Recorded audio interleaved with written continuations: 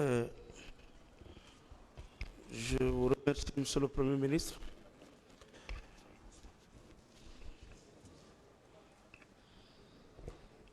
Monsieur Fall,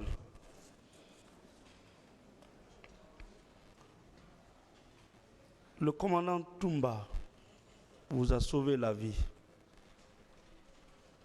et vous a sorti de la fournaise, comme vous l'avez déclaré vous-même. C'est bien cela? Oui, tout à fait. D'accord. Mais vous confirmez qu'au moment où il vous sortait de la fournaise, il y avait d'autres Guinéens qui tombaient par centaines, Je n'en doute pas. dans les mêmes circonstances. On a vu les militaires tirer sur eux. On a vu la panique à l'intérieur du stade. On a assisté à un mouvement de panique générale dans le stade. D'accord. Dans un stade où les manifestants étaient à main nue, oui ou non? Absolument. Très Les bien. manifestants étaient à main nue. Ils n'avaient avec eux que leur foi en le changement en Guinée. D'accord. Pourquoi il s'est préoccupé de vous, pas des autres Guinéens aujourd'hui qui sont morts malheureusement et qui sont blessés? Et je crois que la question là n'est pas pour moi. La question est pour Toumba. C'est Oui. Toumba qui doit savoir pourquoi il est venu vers nous. D'accord. Je crois. Peut-être c'était pour qu'aujourd'hui ils reçoivent des fleurs de félicitations. Pardon? Je dis peut-être c'était pour qu'ils reçoivent aujourd'hui des fleurs. Ben, je ne peux pas aller dans votre sens, je ne sais pas. Mais à l'époque, comment pouvait-il imaginer avoir des fleurs aujourd'hui quand le pouvoir était entre les mains du CNDD, c'est eux qui étaient au commandement? Est-ce qu'il pouvait imaginer à cette époque-là d'ailleurs qu'il y a eu le changement, que un jour un des nôtres de Force Vive aurait pu être à la tête? Ça, je ne sais pas. Ça, c'est votre commentaire, maître. Monsieur le Premier ministre, du fait de M. Toumba, de ses agissements, nous avons nos clients qui sont en prison. Je ne cite personne, mais qui souffrent. Peut-être qu'ils seront libérés après la décision judiciaire. Mais dans vos propres déclarations consignées dans le dossier, un contingent est arrivé à la tête duquel se trouvait Toumba, le commandant Toumba. Vous le maintenez? Oui, j'ai vu les militaires rentrer, je l'ai dit quand je me suis exprimé. J'ai vu des militaires rentrer et j'ai vu Toumba parmi eux. Bien. Ça, c'est constant. Qui était leur chef? On ne pouvait pas savoir qui était le chef quand c'est une horde de soldats qui est rentrée pour... Qui donnait des instructions? je ne sais pas. Qui était le plus fort? On ne pouvait pas le savoir. Qui vous a sauvé? Sauvé? Qui a empêché vos assaillants de vous attaquer? Ben, c'est Toumba qui nous a sauvés. Ah, Ça, donc c'était le plus fort. C'était le plus fort sur les lieux. En tout cas, ce qui est évident, ce que Oui. je peux dire, je ne peux Oui. pas aller dans ce sens-là. Je ne sais pas qui était le chef là-bas, mais c'est Toumba qui nous a sauvés, qui nous a sortis du stade. Monsieur le ministre, quand on sauve 5 personnes et il y a 150 morts, quelle impression peut-on avoir? Moi, franchement, je ne voudrais pas parler à la place du tribunal. Le président est une personnalité qui est très patiente et qui suit de très près, depuis 6 mois, le déroulement de ce procès, qui est suivi par le monde entier. Et ce que je peux dire, c'est que Toumba nous a sauvés. D'accord. Je ne peux pas en dire plus. D'accord. C'est le procès des morts et des vivants. Mais Toumba, à la barre, a dit qu'il était venu pour sauver les leaders. Je l'ai écouté. Et des années après le drame du 28 septembre, franchement, je commence à croire à ce qu'il a dit. Ce que j'ai vu sur le terrain. Monsieur le Premier ministre, vous avez dit vous-même, déclaré ici qu'il y a des victimes qui n'ont pas voulu se faire voir, se dévoiler. Il y en a beaucoup et vous comprendrez, maître, pourquoi. Voilà.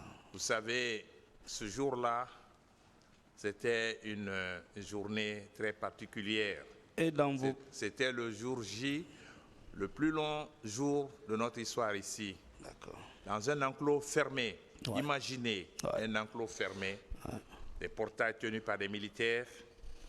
le stade rempli de gaz lacrymogène, des militaires qui tuent avec des fusils, avec des machettes, et des femmes qui sont violées, des mères de famille. Beaucoup ont préféré vivre leur traumatisme et porter leur deuil du traumatisme pendant, et qui continuent à le faire. Et elles n'ont pas voulu, et je respecte leur silence. Monsieur le Premier ministre, est-ce que le commandant du salon, le commandant du régiment de la garde présidentielle peut venir dans un stade pour maintenir l'ordre, selon vous, en tant qu'homme d'État? Mais vous savez, moi je ne connais pas le commandant du salon, je ne connais pas le commandant de la Légion, vous avez dit. Nous, on voyait Toumba comme aide de camp du président du CNDD. C'est comme ça qu'on le voyait. D'accord. C'est ce que nous savions de lui. Monsieur le Premier ministre, est-ce qu'un aide du camp peut venir dans un stade pour sauver la manifestation ou sauver les leaders dans tout État civilisé? Non, je ne suis pas dans cette logique. C'est Toumba qui l'a dit. C'est lui qui a dit devant le tribunal que lui il est venu pour sauver les leaders politiques. Mais nous, quand nous avons vu Toumba, en toute franchise, moi j'ai pensé Toumba est venu pour nous arrêter parce que quand vous voyez Toumba, ce que Toumba représentait pour nous, c'était vraiment le CNDD. Voir Toumba, c'est voir son patron. Et donc, Toumba pour nous, quand moi je l'ai vu rentrer, il était venu pour nous arrêter. Et même quand nous sommes sortis avec lui du stade, j'étais convaincu que Toumba est venu pour nous arrêter. Et quand il nous a mis dans son véhicule, j'étais convaincu qu'il nous amenait au camp Al-Fayr. C'est quand il nous amène à la clinique et qu'il s'est opposé à Marcel, à la clinique, et aussi dans la voiture, la compassion qu'il a eue pour nous dans la voiture en nous donnant de l'eau, en nous donnant des Kleenex et en nous protégeant à la clinique contre la grenade et en nous ramenant à la gendarmerie. C'est en ce moment que j'ai changé d'avis vis-à-vis de Toumba. Et moi, je ne sais pas quels sont les dessous. Et la question que je me pose toujours, c'est pourquoi Toumba était au stade? Ça, je ne sais pas. C'est lui seul qui peut vous répondre. Moi, je ne peux pas répondre à cette question. Monsieur le Premier ministre, vous avez été au sommet de l'État.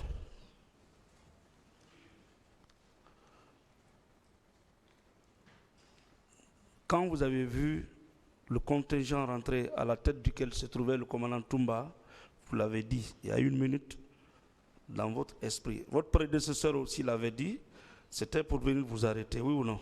Oui, je l'ai pensé. Voilà. Donc, le commandant de la garde présidentielle qui laisse le président ailleurs, qui se déplace pour venir dans un stade où il y a une ambiance,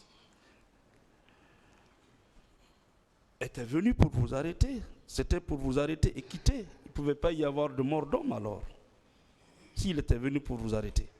Ou non? Donc, je dis encore une fois que je ne connaissais pas d'autre grade de Toumba que aide de camp du président du CNDD. Jusqu'à ce procès. Pour moi, Toumba était l'aide du camp du président du CNDD, c'est tout. C'est tout ce que nous savions de lui, ce que moi je savais de lui. D'accord. Le reste, des titres, garde présidentielle et autres, je n'en savais rien. Au contraire, je pensais plutôt que c'était le colonel Pivi qui était le patron de la garde présidentielle puisqu'il s'occupait de la sécurité présidentielle. Monsieur le Premier ministre, même au pire des cas, s'il était question de vous arrêter, vous ne pensez pas que la police et la gendarmerie auraient pu jouer ce rôle tranquillement? Mais je l'ai dit dans mon exposé, maître, j'ai dit que je crois qu'ils ont eu la main trop lourde ce jour-là. Voilà. Dès lors que nous étions au stade, voilà. Raisonnablement, ce gouvernement aurait pu attendre qu'on termine notre meeting. C'est important. Puisque le meeting était déjà là. Et après, nous interpeller. Qu'est-ce qui les empêchait de faire? Mais ils ont choisi la manière forte, la répression. C'est le choix. Qui a choisi la manière forte? Ceux qui ont envoyé les soldats. Qui vous avez vu au stade? Les militaires. À la tête se trouvait qui? Maître, j'ai vu Toumba parmi eux. Merci. Bon, je vais vous donner l'avis d'une autre partie civile qui était présente au stade. Oui. S'il vous plaît. Oui. Il s'appelle Suleiman Ba, TIS 34. Il déclare: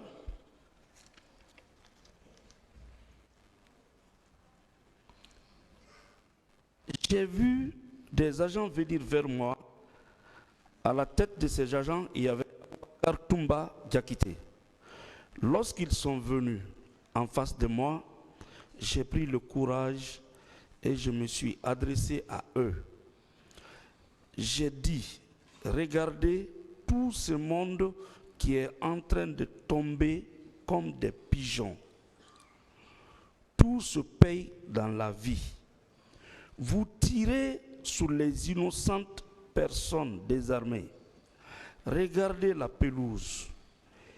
Il n'y a que des morts et des blessés. Regardez sur le gradin. Il y a des morts et des blessés. En disant c'est grave, c'est très grave. Ce que vous faites, et je disais auprès de Toumba, qui croisait les bras. Et ses agents m'ont bien écouté. Toumba a rétorqué en disant à ses agents: occupez-vous de lui. Alors ils sont venus au nombre de 6. Je n'ai pas résisté. Le premier qui est venu vers moi m'a arraché mes téléphones. Et j'ai réagi en le tenant. Et j'ai persisté. Toumba lui a dit: rends mes téléphones. Et il les a rendus. Au moment où je mettais mes téléphones dans ma poche, un second agent m'a donné un coup sec de crosse au milieu de ma tête. Je me suis effondré. Alors tous sont venus et me tapaient sur moi, sur mon corps, et je suis tombé en inconscience. Ils m'ont laissé croyant que j'étais mort au milieu des cadavres. Ça, c'est un militant que vous avez conduit au stade et qui parle des agissements de Toumba. Que répondez-vous? Non, je n'ai pas de commentaire particulier sur cela. Moi, je ne l'ai pas vu. Vous savez, maître, moi j'ai vu des assaillants au stade. Quel intérêt aurions-nous pour dire qu'un assaillant était bon? Des gens qui sont venus au stade, quel intérêt on avait? Moi, je ne l'ai pas vu tuer quelqu'un. Je ne l'ai pas vu avec une arme. Je ne l'ai même pas vu avec un gourdin. Ce que j'ai vu, il est venu, il nous a sortis du stade, il nous a conduits à la clinique, il nous a déposés à la gendarmerie et pendant qu'il nous transportait, il a eu beaucoup de compassion pour nous. Il n'a pas échangé avec nous, à l'exception de la seule réponse qu'il a donnée à Sidia Touré quand Sidia lui a demandé s'il était docteur. Il a dit oui, qu'il est médecin. On n'a pas échangé avec lui, il nous a donné de l'eau. C'est tout ce que je retiens de Toumba. Ceux qui étaient au stade, chacun a sa version. Bon, nous n'étions plus là. Je ne sais pas si quand il nous a déposé, il est reparti au stade ou non. Ça, je ne peux pas le dire non plus. Mais le temps que nous, on a été au stade, ce temps-là, jusqu'à la clinique, jusqu'à l'état-major de la gendarmerie, ce que j'ai vu, c'est ce que j'ai expliqué au tribunal.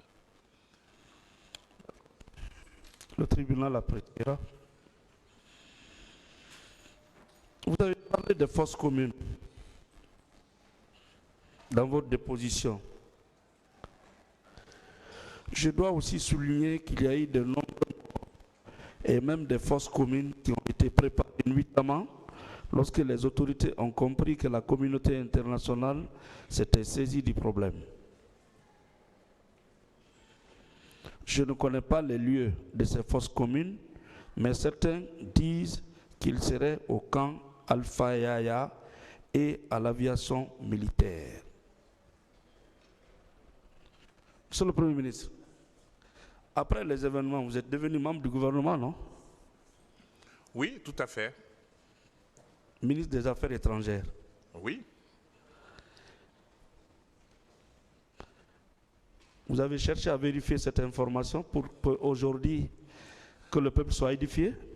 Le dossier du 28 septembre, j'ai été dans le gouvernement qui est venu après, j'ai été secrétaire général à la présidence. J'ai été ministre des Affaires étrangères. Sur ces 5 ans, j'ai fait le premier mandat du président Alpha. Mais je crois que je ne partageais pas la position du gouvernement sur l'affaire du 28 septembre. Parce qu'entre-temps, moi, je faisais des déclarations sur le 28 septembre. Moi, je faisais des publications sur le 28 septembre. J'ai toujours réclamé la justice pour le 28 septembre. Je n'ai pas varié. Mais je n'avais pas la charge de faire des enquêtes. Il appartenait au ministre de la Justice et autres, et à l'autorité d'ordonner. Mais dès lors que, dès après l'élection, comme je l'ai dit dans mon introduction, je l'ai dit qu'au titre de la complémentarité, le gouvernement avait demandé que le massacre du 28 septembre soit jugé par une juridiction nationale et la Cour pénale internationale lui en a donné pleinement droit. Donc, il appartenait au gouvernement d'organiser le procès et moi, je n'étais pas ministre de la Justice. Il ne m'appartenait pas donc de rentrer dans ces détails. Mais la différence, tout le monde le sait en Guinée, je n'ai jamais arrêté de parler du massacre du 28 septembre. Jamais. Je l'ai toujours fait. J'en ai toujours parlé. Je n'oublierai jamais le souvenir de cette journée. Je n'oublierai jamais ce que les femmes ont enduré ce jour-là. Je n'oublierai pas les jeunes qui sont morts là-bas, qui n'ont rien fait, qui aspiraient seulement à la liberté, au changement, et on les a massacrés. Jamais je n'oublierai. Et c'est la raison pour laquelle je ne me suis jamais tu. Tous mes interlocuteurs, qui soient ici ou à l'extérieur, tout le monde sait que j'ai toujours parlé du 28 septembre. Mais je n'étais pas en charge de la justice. Et dès lors que le gouvernement avait décidé qu'il allait créer cette juridiction nationale, il appartenait maintenant au ministre de la Justice de prendre le devant. Malheureusement, ça a pris 13 ans. Et vous savez comment ça s'est passé. Voilà. Il a fallu attendre le changement du 5 septembre pour que le nouveau gouvernement, les nouvelles autorités aient le courage de rouvrir ce dossier rapidement et de mettre en place une juridiction nationale compétente que j'ai devant moi, que j'apprécie, pour juger de cette affaire. C'est la première fois en Guinée de voir cette pléiade d'avocats. On n'a jamais vu ça dans ce pays. Il y a eu beaucoup de massages, plus de crimes de masse ici. Mais je suis très heureux, comme je l'ai dit, de voir la jeunesse de ce tribunal-là et de voir des gens compétents qui sont là, des avocats chevronnés. Ça, c'est un exemple qu'on donne. Ce que j'aurais souhaité, moi. Et je crois que la réalisation, le jour où j'ai appris que le procès va se tenir, j'ai fait un tweet. Vous pouvez le retrouver dans mes tweets. Mais à l'époque, ce n'était pas à moi de décider. Voilà, maître. D'accord.